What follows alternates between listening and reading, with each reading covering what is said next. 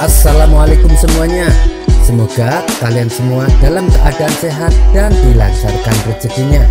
Amin ya robbal alamin. Ada-ada saja ulah Baginda Raja. Hanya demi untuk mengerjai Abu Nawas, ia selalu memberinya sebuah tantangan yang terbilang sangat tidak masuk akal. Bagaimana tidak, kali ini Abu Nawas diperintah membawakan rumput yang bulat. Wahai Abu Nawas, aku punya tantangan untukmu. Apakah kau berani menjalankannya? Tanya Baginda Raja. Abu Nawas yang tak ingin harga dirinya jatuh langsung menerima tantangan tersebut. Saya siap Paduka, tapi apa imbalannya kalau saya berhasil? Tanya Abu Nawas. Kau akan kuberi hadiah 100 dinar, tapi bila gagal kau akan mendapat hukuman, yaitu 100 kali cambukan, jawab Baginda Raja. Baik, saya terima. Sekarang beritahu saya apa tantangannya, tanya Abu Nawas.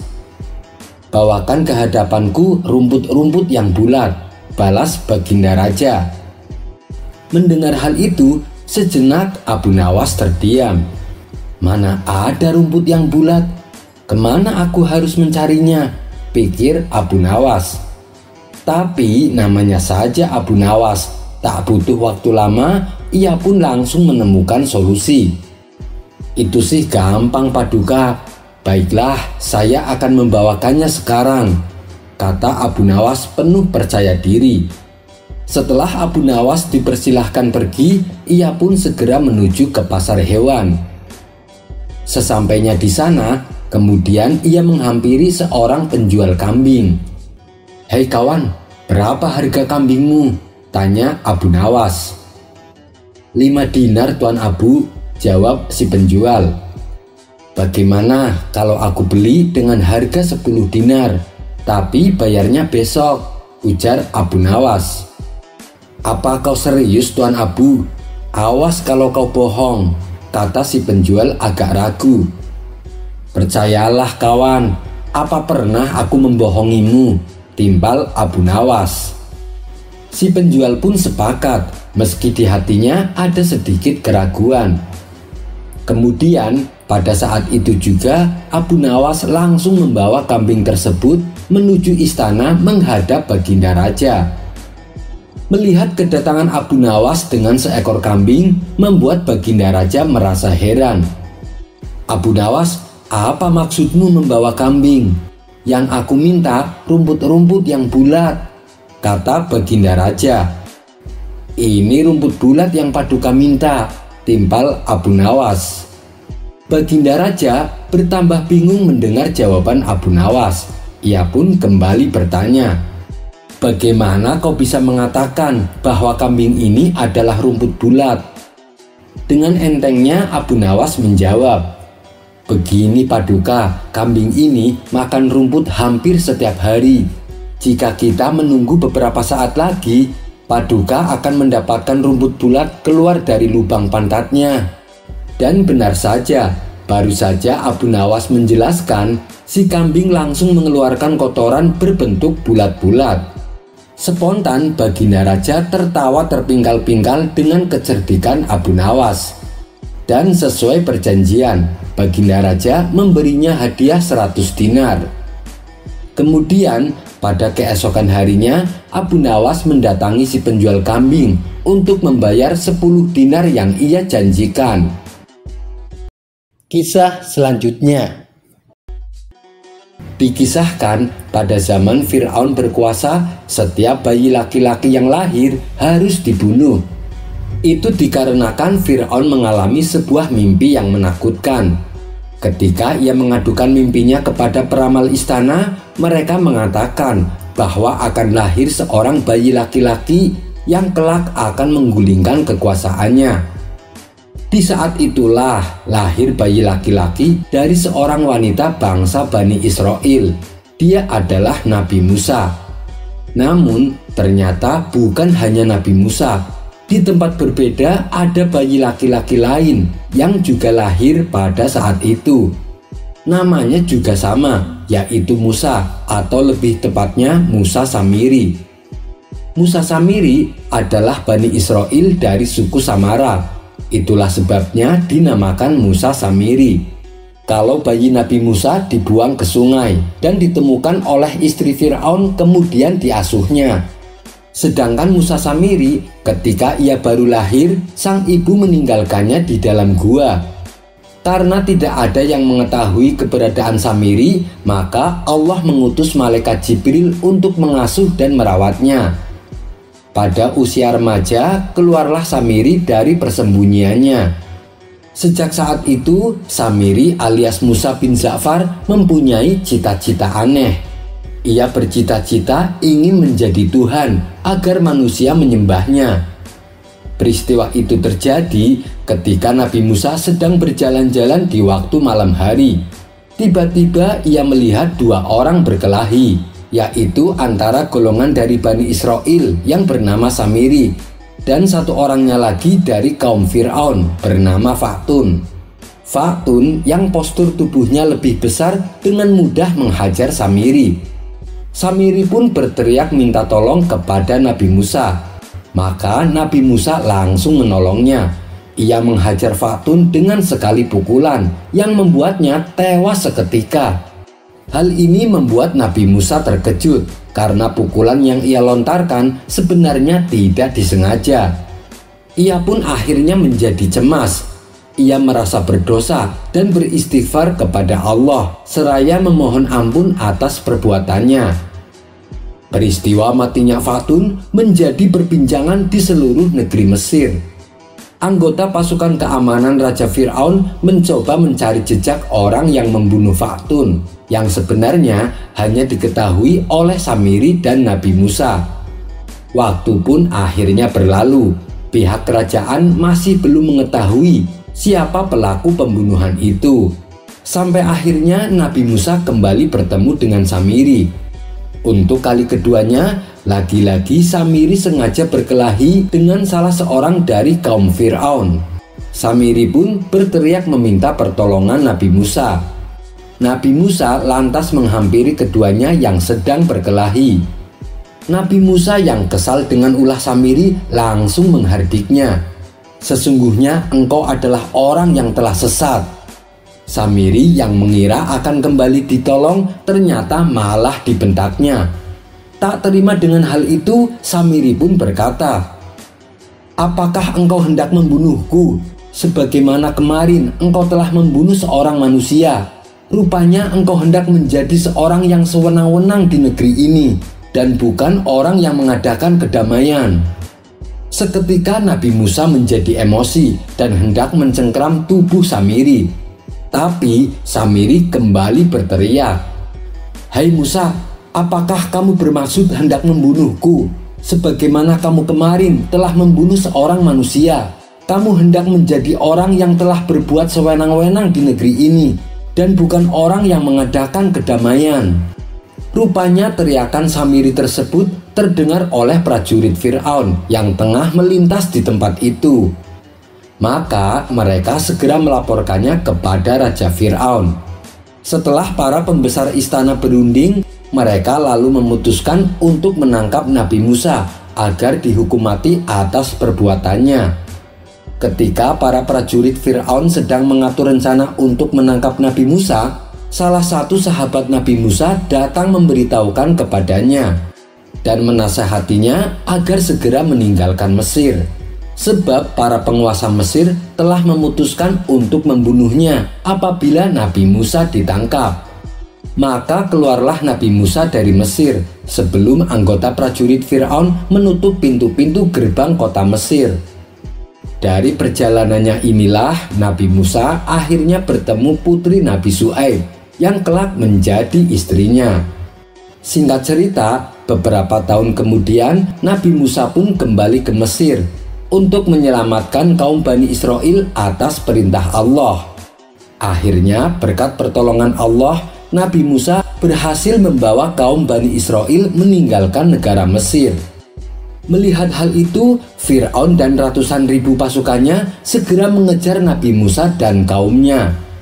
Di tengah pelariannya, Nabi Musa sempat kebingungan karena di hadapannya terbentang Laut Merah, tidak ada lagi jalan keluar.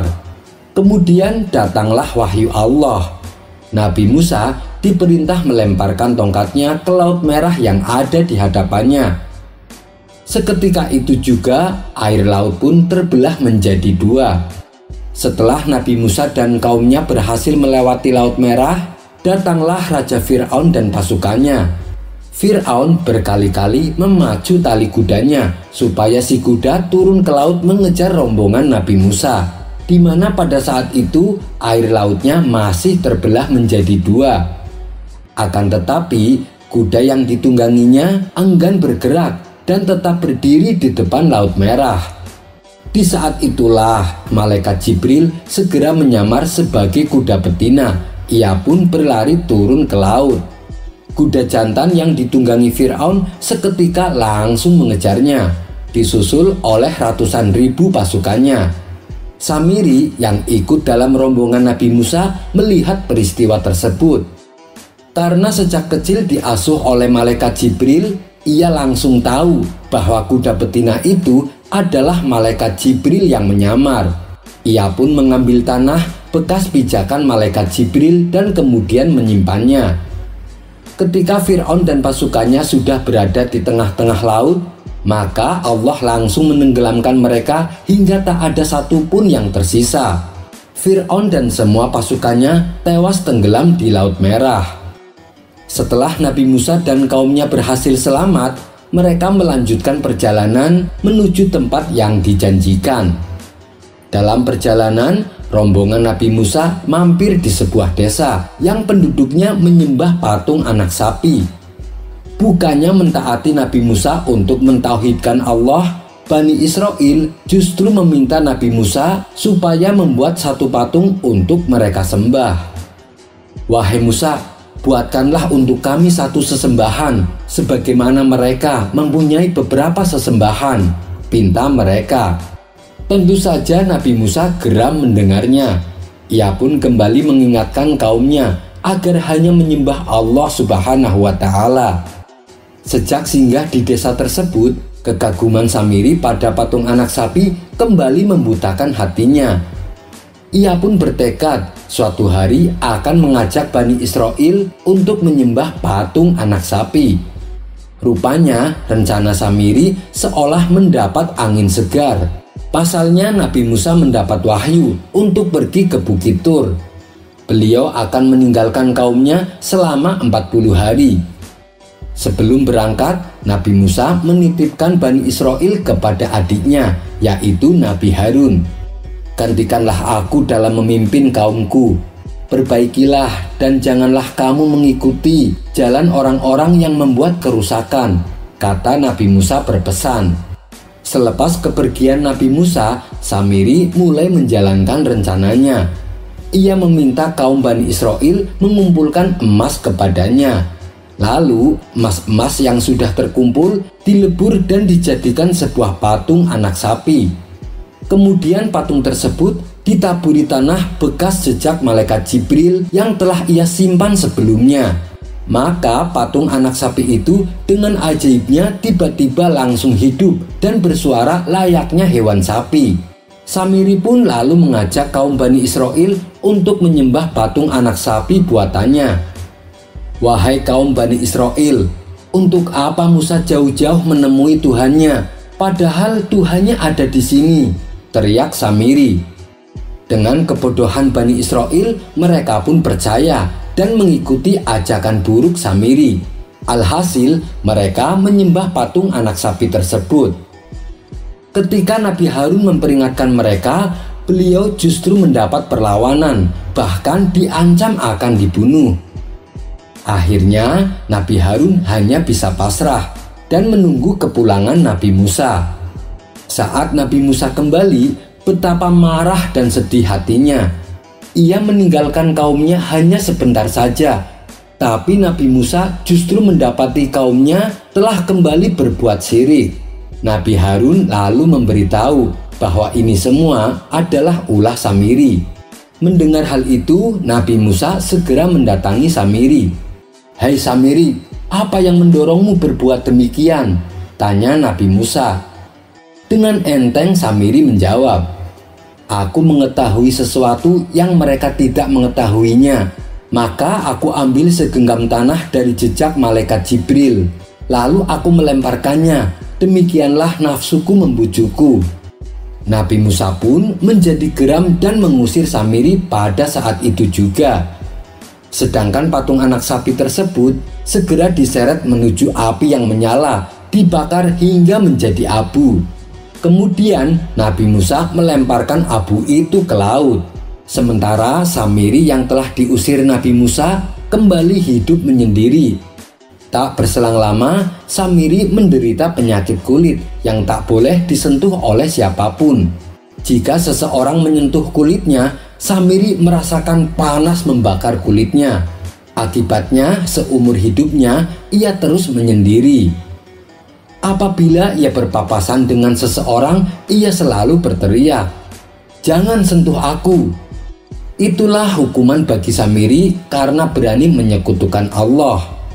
Samiri yang saat bayi diasuh oleh malaikat Jibril, ketika dewasa malah menjadi musuh Allah. Sedangkan Nabi Musa yang diasuh oleh istri Fir'aun justru menjadi nabi utusan Allah. Wallahu a'lam bishawab. Kisah selanjutnya. Suatu ketika di warung tempat Abu Nawas nongkrong, salah satu kawannya menghampiri Abu Nawas dan bertanya, "Hei Abu Nawas, kenapa sih setiap hari manusia selalu saja hilir mudik ke sana kemari, yang dari barat ke timur, dan yang dari timur ke barat, yang dari desa ke kota, dan yang dari kota ke desa?" Mendengar pertanyaan seperti itu, Abu Nawas dengan entengnya menjawab, "Seandainya manusia berjalan satu arah, maka bumi ini akan miring. Kita semua nanti akan jatuh ke jurang," jawab Abu Nawas sambil meminum tehnya. Kisah selanjutnya. Seperti biasa, sehabis sholat subuh, Abu Nawas mengisi waktunya dengan mengaji Al-Quran. Setelah matahari mulai menampakkan bentuknya, Abu Nawas melanjutkan aktivitasnya dengan minum secangkir teh panas. Belum juga habis minuman tehnya, tiba-tiba datang beberapa pengawal kerajaan. "Tuan Abu, Anda disuruh menghadap Baginda Raja sekarang juga," kata salah satu pengawal. "Memangnya ada apa?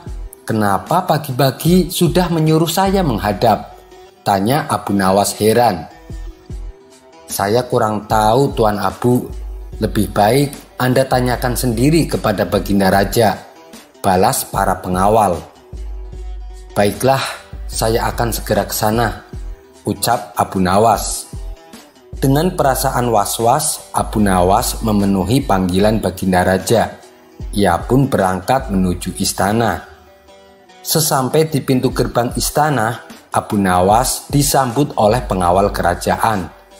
Ia diantar masuk pengawal kerajaan menuju aula istana, di mana beberapa pejabat istana telah hadir.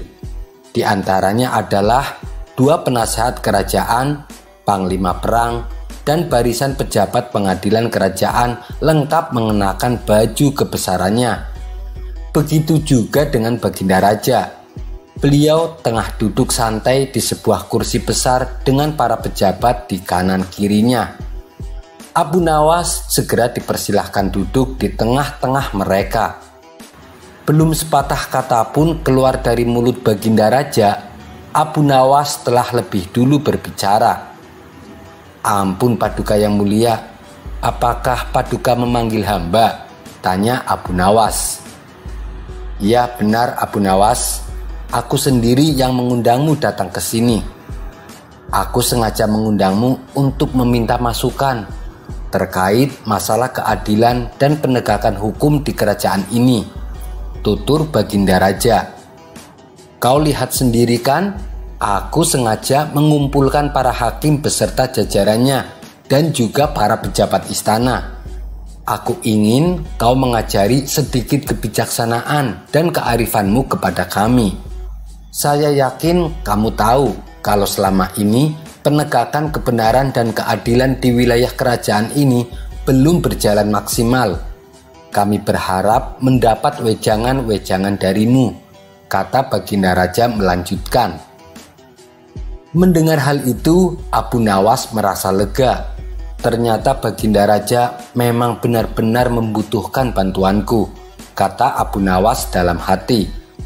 Dengan penuh percaya diri, Abu Nawas berkata kepada semua pejabat yang ada di aula kerajaan, hukum beserta perangkat pengadilannya memang merupakan alat yang penting untuk mendidik masyarakat supaya menjadi lebih baik. Akan tetapi begini Paduka, rakyat dan khususnya para pejabat dan hakim Anda, saya kira perlu banyak berlatih untuk mengenali sisi lebih dalam dari sebuah kebenaran. Sebab kebenaran pada sisi yang lebih dalam sangat memiliki perbedaan tipis dengan kebenaran yang terlihat dari sisi permukaannya, tutur Abu Nawas dengan ekspresi yang meyakinkan. Baiklah, jika saranmu seperti itu, aku perintahkan kepadamu untuk memberi contoh, supaya rakyat dan pejabat-pejabat istana bisa melihat dan mengenali kebenaran seperti yang kamu maksud. Dan semoga dengan caramu itu, para pejabat dan rakyat bisa menerapkan dan mengenali kebenaran tersebut, balas Baginda Raja. Baiklah Paduka yang mulia, beri saya waktu untuk menunjukkan hal itu, pinta Abu Nawas. Abu Nawas kemudian pamit undur diri dan pulang ke rumahnya. Perlu diketahui, untuk memasuki ibu kota kerajaan, terdapat sebuah jembatan besar yang dilengkapi pintu gerbang utama, dan itu satu-satunya akses bagi warga untuk keluar masuk ibu kota kerajaan. Pada sisi kanan di bagian dalam pintu gerbang tersebut berdiri sebuah tiang gantungan besar. Pada suatu pagi, komandan prajurit penjaga pintu gerbang beserta pasukannya sedang sibuk bersiap-siap memeriksa orang-orang yang hendak masuk ke ibu kota kerajaan. Pada suatu pagi, komandan prajurit penjaga pintu gerbang beserta pasukannya sedang sibuk bersiap-siap memeriksa orang-orang yang hendak masuk ke ibu kota kerajaan. Di depan barisan warga yang telah berdiri, komandan prajurit penjaga pintu gerbang tiba-tiba berseru, "Setiap orang yang akan memasuki pintu gerbang ini harus diperiksa barang-barangnya. Kalian semua akan ditanyai keperluan dan tujuannya datang ke ibu kota. Jika kalian berbohong ataupun menyembunyikan sesuatu, kalian akan dihukum gantung.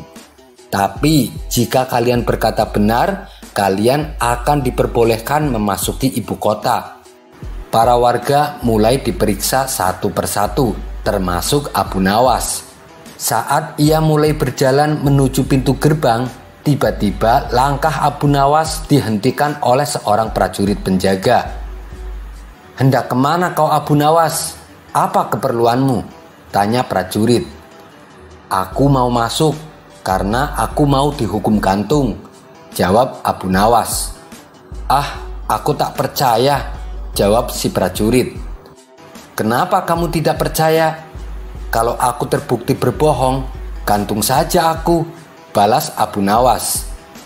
Sepintas ucapan Abu Nawas membuat prajurit penjaga berpikir, "Kalau aku menggantungmu karena berbohong, bukankah justru aku menjadikan pernyataan awalmu tadi sebagai sebuah kebenaran?" ujar si pengawal. "Sungguh tepat jawabanmu. Sekarang kamu telah berhasil mengenali apa itu sebuah kebenaran. Itulah kebenaran dari sisi terdalamnya. Sekarang kabarkan kepada rajamu bahwa itulah makna kebenaran sesungguhnya," tutur Abu Nawas. Kisah selanjutnya. Karena kesibukannya sering bolak-balik pergi ke negeri seberang, membuat sang raja jarang bertemu Abu Nawas. Sebagai seorang sahabat, sang raja sebenarnya ingin selalu mengajak Abu Nawas kemanapun dia pergi. Namun Abu Nawas selalu menolaknya karena ia mempunyai anak dan istri yang senantiasa membutuhkan kehadirannya. Sang raja pun memaklumi. Pada suatu hari, sang raja bertanya kepada asisten istana, apakah hari ini ada agenda pertemuan dengan kerajaan lain? Tidak ada, Paduka Yang Mulia, jawabnya. Berarti hari ini tidak ada kegiatan sama sekali, sahut sang raja. Ia pun kemudian teringat dengan Abu Nawas. Sudah lama rasanya sang raja tidak pernah melihat kehadirannya. Sang raja nampaknya kangen dengan kelucuan Abu Nawas. Prajurit, tolong panggilkan Abu Nawas. Suruh menghadap ke istana sekarang juga, perintah Baginda Raja. Setelah Abu Nawas datang ke istana, ia pun disambut senyuman Baginda Raja. Wahai Abu Nawas, sudah lama aku tidak melihatmu. Bagaimana kabarmu? Tanya Baginda Raja. Alhamdulillah, saya baik-baik saja Baginda. Kalau boleh tahu, ada gerangan apa? Kok tiba-tiba Paduka Raja memanggil hamba? Tanya balik Abu Nawas. Tidak ada apa-apa, saya hanya ingin ngobrol denganmu, balas sang raja. Kemudian terjadilah dialog antara keduanya. Setelah sekian lama berbincang-bincang, tiba-tiba terlintas di benak Baginda, bukankah ibunya Abu Nawas sudah meninggal? Lalu timbullah ide untuk kembali mengerjai Abu Nawas. Sebenarnya sang raja hanya ingin menguji kecerdikan Abu Nawas. Hei Abu Nawas, besok bawalah ibumu ke istana. Nanti aku beri engkau hadiah 100 dinar, perintah Baginda Raja. Mendengar itu Abu Nawas pun kaget. Bukankah Baginda sudah tahu kalau ibu saya sudah tiada? Bahkan Baginda sendiri ikut melayatnya, batin Abu Nawas. Namun Abu Nawas akhirnya mengerti kalau itu hanyalah ulah iseng Baginda yang butuh hiburan. Wajar, selama ini Baginda selalu disibukkan oleh pekerjaan. Apa salahnya kalau dicoba? Lagian kalau berhasil menghibur Baginda, ia akan mendapatkan hadiah uang. Baiklah Baginda, besok pagi saya akan mengajak ibuku ke istana, kata Abu Nawas mengiyakan. Sepulangnya dari istana, Abu Nawas mencari wanita yang usianya sudah sangat tua. Rencananya akan dijadikan sebagai ibu angkatnya. Setelah berkeliling kampung ke sana kemari, akhirnya Abu Nawas menjumpai seorang wanita tua. Nah, ini dia, gumam Abu Nawas. Lalu Abu Nawas mendekati wanita itu dan berkata, Ibu, maukah ibu menjadi ibu angkatku? Wanita tua itu membalas, kenapa engkau berkata demikian? Maka diceritakanlah perihal dirinya yang mendapatkan perintah dari Baginda agar membawa ibunya ke istana, padahal ibunya sudah meninggal. Abu Nawas juga berjanji akan membagi dua apabila mendapatkan hadiah dari Baginda Raja. Baiklah, aku penuhi permintaanmu, ujar wanita tua tersebut. Tapi begini Bu, nanti kalau di depan Baginda, apapun yang Baginda tanyakan, ibu diam saja, jangan menjawabnya. Ibu berpura-pura sibuk menghitung tasbih. Abu Nawas mewanti-wanti wanita tua itu. Keduanya pun sepakat. Esok paginya Abu Nawas menggendong wanita tua itu datang ke istana. Sesampainya di istana, sang raja kaget. Wahai Abu Nawas, itukah ibumu? Tanya sang raja. Benar Tuanku yang mulia, ini adalah ibuku. Beliau sudah tua dan kakinya lemah, sehingga hamba harus menggendongnya ke istana, tutur Abu Nawas. Kemudian Baginda Raja bertanya kepada si wanita tua itu, apakah benar engkau ibunya Abu Nawas? Wanita tua itu diam saja sesuai permintaan Abu Nawas. Ia berpura-pura sibuk menghitung tasbih sambil mulutnya komat kamit. Melihat hal ini, tentu saja Baginda merasa tersinggung.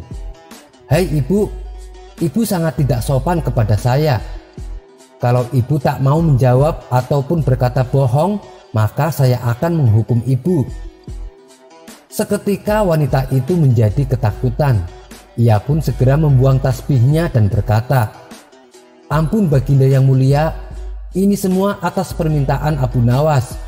Saya disuruh bersandiwara menjadi ibunya dia untuk mendapatkan hadiah dari Paduka. Dan katanya hadiahnya akan dibagi dua denganku." Begitu mendengar pengakuan wanita tua tersebut, Baginda langsung tertawa terbahak-bahak. "Hei Abu Nawas, karena kamu gagal membawa ibumu kemari, maka sebagai hukumannya kamu mendapatkan 100 kali cambukan." Rupanya Abu Nawas sudah mempersiapkan jawaban. "Ampun Baginda yang mulia, tapi saya sudah berjanji kepada wanita tua itu, apapun hadiah yang akan saya dapatkan dari Baginda akan hamba bagi menjadi dua. Oleh karena itu, silahkan Paduka mencambuk saya 50 kali dan 50-nya lagi diberikan kepada wanita tua itu." Dalam hati Baginda berkata, "Jangankan dicambuk 50 kali, dicambuk sekali saja mungkin wanita tua itu bisa mati." Karena merasa kasihan telah diperalat oleh Abu Nawas, Baginda Raja pun memberikan 50 dinar kepada wanita tua itu. Sang raja juga berpesan agar tidak cepat percaya kepada Abu Nawas bila lain kali bertemu dengannya. Dengan sukacita wanita tua itu menerima hadiahnya.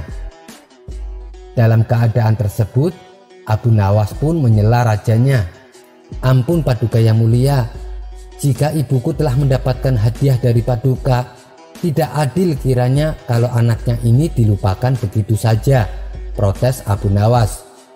Baginda pun kembali tertawa terbahak-bahak dengan ulah Abu Nawas. "Baiklah, ini bagian untukmu 50 dinar karena telah berhasil menghiburku," ucap sang raja sambil terus tertawa.